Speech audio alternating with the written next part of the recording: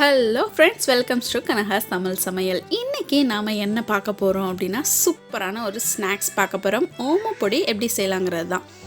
இப்போது மழை பெஞ்சிட்ருக்கு இல்லையா, இந்த டைமில் இது மாதிரி ஸ்நாக்ஸ்லாம் செஞ்சு சாப்பிட்டா ரொம்பவே சூப்பராக இருக்குங்க. வாங்க அதை எப்படி செய்யலான்னு பார்க்கலாம்.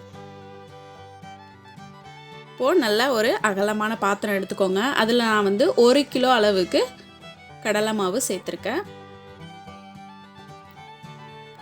இந்த 1 கிலோ மாவுக்கு ஒரு 150 கிராம் அளவுக்கு அரிசி மாவு சேர்த்துக்கோங்க.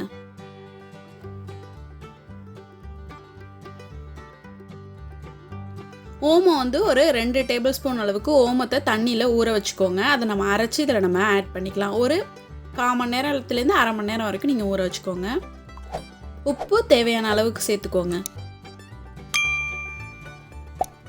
கொஞ்சமாக பேக்கிங் பவுடர் சேர்த்துக்கோங்க, ஒரு 1/2 டேபிள் ஸ்பூன் அளவுக்கு. அப்போ நல்லா கிறிஸ்பியாக இருக்கும். காரத்துக்கு தகுந்த மாதிரி நீங்கள் தனி மிளகாய் தூள் சேர்த்துக்கலாம். நான் ஒரு 1/2 டேபிள் ஸ்பூன் அளவுக்கு சேர்த்துருக்கோம். இப்போது இதில் எல்லாத்தையும் நல்லா நம்ம இது மாதிரி மிக்ஸ் பண்ணிப்போம்.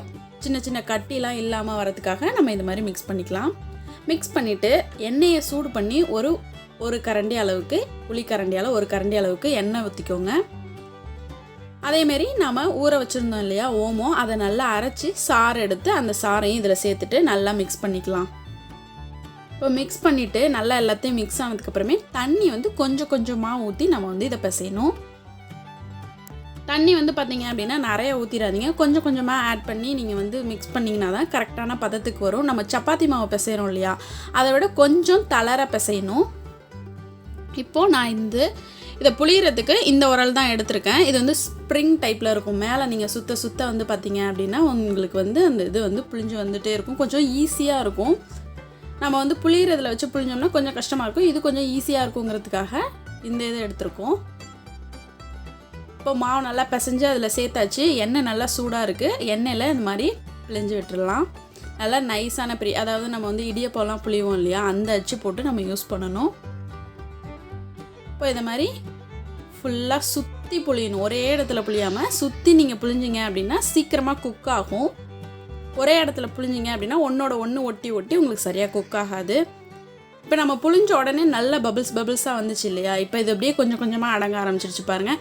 இந்த டைமில் நம்ம கொஞ்சம் திருப்பி போடுவோம். திருப்பி போட்டாலும் லேசாக பொரியாத இடம்லாம் இருந்துச்சு அப்படின்னா பொரிஞ்சிடும். ஃபுல்லாக இந்த மாதிரி பபிள்ஸ் அடங்கினதுக்கப்புறமே நம்ம இதை எடுத்து வேறு ஒரு பாத்திரத்தில் வச்சு எண்ணெயெல்லாம் நல்லா வடிஞ்சதுக்கு அப்புறமே எடுத்து ஸ்டோர் பண்ணிக்கலாம்.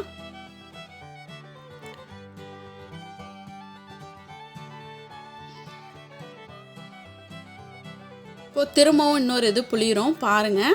இதுதான் உங்களுக்கு நல்லா தெரியும். மாவு இந்த மாதிரி கொஞ்சம் தளர இருக்கணும். ரொம்ப தண்ணியாக பிசைஞ்சிடாதீங்க.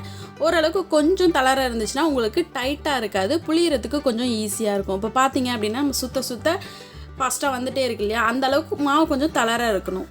நம்ம அதில் போட எண்ணெய் எந்த அளவுக்கு உங்களுக்கு பபிள்ஸ் வருது பாருங்கள். அப்போ நல்லா குக் ஆகும். ஹீட் ரொம்ப கம்மி பண்ணி வச்சிடாதீங்க. ஓரளவுக்கு ஹைலேயே வச்சு குக் பண்ணுங்கள். அப்போ தான் உங்களுக்கு சீக்கிரம் குக் ஆகும்.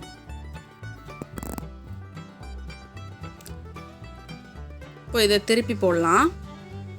திருப்பி போடும்போது மேலெல்லாம் இருக்கிறது சரியாக பொரியாமல் இருந்துச்சுன்னா அது நல்லா பொரியுங்கிறதுக்காக திருப்பி போடுறோம். இப்போ இது நல்லா குக் ஆகிடுச்சு, எடுத்து வச்சுக்கலாம். இதேமாரியே பார்த்தீங்க அப்படின்னா 1 கிலோ மாவுக்கு ஒரு 4லேருந்து 5 உரல் நம்ம புளிய முடியும்.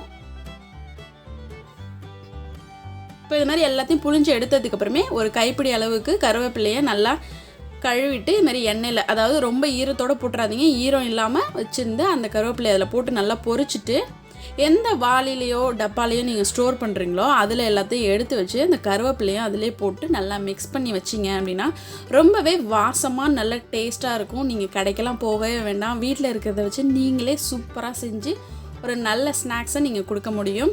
இந்த ஸ்நாக்ஸ் பார்த்தீங்க அப்படின்னா நான் ப்ரிப்பேர் பண்ணவே இல்லை. என்னோடய அண்ணன், எங்கள் ஹஸ்பண்டு, அவங்களோட பிரதர்ஸ் எல்லாருமே சேர்ந்து தான் எங்களுக்கு இதை செஞ்சு கொடுத்தாங்க. ரொம்பவே சூப்பராக இருந்துச்சு. நீங்களும் கண்டிப்பாக ட்ரை பண்ணி பாருங்கள், உங்களுக்கும் பிடிக்கும். எப்படி இருந்துச்சுங்கிறத கமெண்டில் சொல்லுங்கள். இந்த வீடியோ உங்களுக்கு பிடிச்சிருந்துச்சுன்னா லைக் பண்ணுங்கள், ஷேர் பண்ணுங்கள், கமெண்ட் பண்ணுங்கள். மறக்காமல் எங்கள் சேனலுக்கு சப்ஸ்கிரைப் பண்ணுங்கள். கூடவே பக்கத்தில் இருக்க பெல் பட்டனை ப்ரெஸ் பண்ண மறந்துடாதீங்க. Thank you friends.